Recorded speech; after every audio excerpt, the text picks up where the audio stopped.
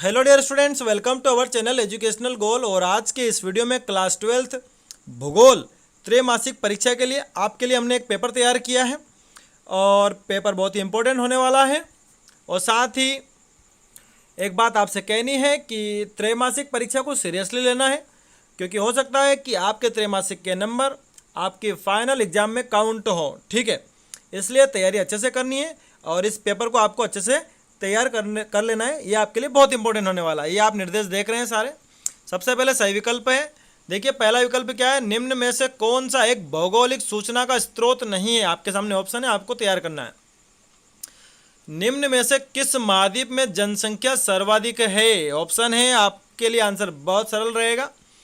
अगला है, निम्नलिखित में से किस राज्य में जनसंख्या का घनत्व सर्वाधिक है। फिर अगला है, मानव विकास सूचकांक में भारत में से किस राज्य में स्त्री साक्षरता निम्नतम है। उसके बाद, निम्नलिखित में से जल किस प्रकार का संसाधन है। ठीक है, फिर है रिक्तस्थान। बेंदा रिक्तस्थान के अबचमाड़ क्षेत्रों के जंगल में रहता था। फिर अगला है, जनसंख्या की प्राकृतिक वृद्धि जन्म रिक्तस्थान है। फिर अगला है, मानव विकास प्रतिवेदन निकालने का कार्य रिक्तस्थान ने किया था। किसने किया था, आपको पता होना चाहिए। फिर अगला है, फूलों की कृषि रिक्तस्थान कहलाती है। डिगबोई रिक्तस्थान नगर है। फिर आगे सही जोड़ी बनाइए। आपके सामने दो कॉलम दिए हुए हैं, आ और बा। मानव समाज एवं प्रकृति की अनोन्य क्रिया क्या कहलाती है, इधर आपको देखना है। फिर उसके बाद, वह स्थान जहाँ लोग गमन करते हैं। और उसके बाद, जन्म और मृत्यु दर समान होना क्या होता है। और सर्वोच्च उच्च मूल्य सूचकांक में प्रथम स्थान किसका है। 8 400 400 400। जी हाँ, याद कर लीजिए व्हाट्सएप नंबर, क्योंकि अब चाहे आपका मैथ्स का सवाल हो या फिजिक्स केमिस्ट्री बायोलॉजी का, आपके हर डाउट हर क्वेश्चन का मिलेगा तुरंत वीडियो सोल्यूशन, वो भी सीधा आपके व्हाट्सएप पर। बस अपने फोन में डाउट नोट का 8 400 400 400 व्हाट्सएप नंबर सेव कर लीजिए और चैट ओपन कीजिए। फिर जो भी आपका डाउट है उस सवाल की आपको बस फोटो खींचनी है, उसे क्रॉप करना है और 5 सेकंड में आपको उसका वीडियो सोल्यूशन मिल जाएगा। क्लास 6 से 12 IIT JEE NEET CBSE boards और सभी स्टेट बोर्ड्स के बच्चों के लिए। तो देर किस बात की, अभी जाइए 8 400 400 400 पर अपना सवाल व्हाट्सएप कीजिए और अपने सभी डाउट्स को आउट कीजिए। लिंक डिस्क्रिप्शन में।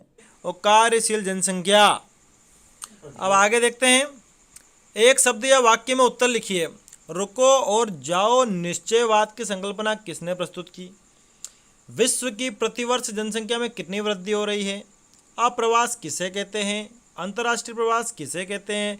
गुच्छित बस्तियां मुख्य रूप से कहाँ पाई जाती है। फिर 2 अंक का प्रश्न है, मानव भूगोल की परिभाषा लिखिए। फिर है, आमूलवादी विचारधारा क्या थी, रेडिफल। या फिर व्यवहारवादी विचारधारा को समझाइए। प्रवास के किन्हीं 2 प्रतिकर्ष कारकों को लिखना है और प्रवास के किन्हीं 2 अपकर्ष कारकों को लिखना है। फिर आगे, जनसंख्या संगठन से आप क्या समझते हैं अथवा लिंग अनुपात कैसे नापा जाता है।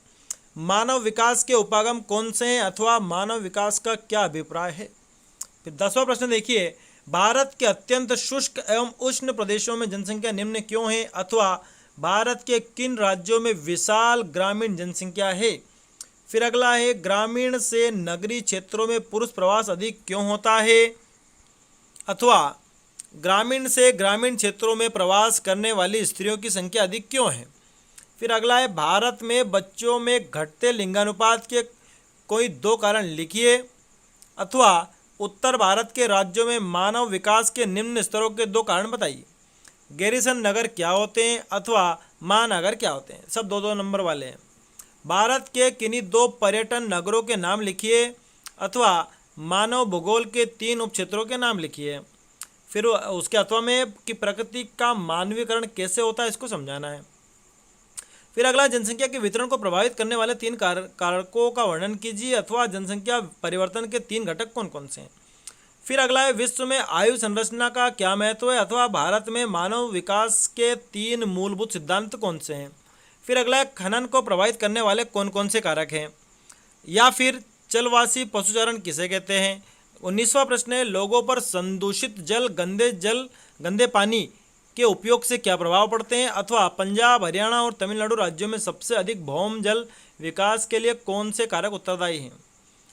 या फिर जल संवार प्रबंधन क्या है, सतत पोषणीय विकास में इसका क्या महत्व है, अथवा जल संसाधनों का ह्रास सामाजिक द्वंद्वों एवं और विवादों को जन्म देता है, उदाहरण देकर समझाइए।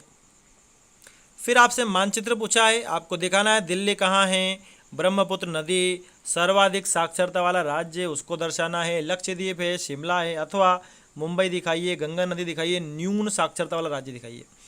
फिर विश्व के मानचित्र में आपको दर्शाना है आटाकामा मरुस्थल, जापान द्वीप, सर्वाधिक जनसंख्या घनत्व वाले क्षेत्र, भूमध्य रेखा, कैलिफोर्निया, ठीक है।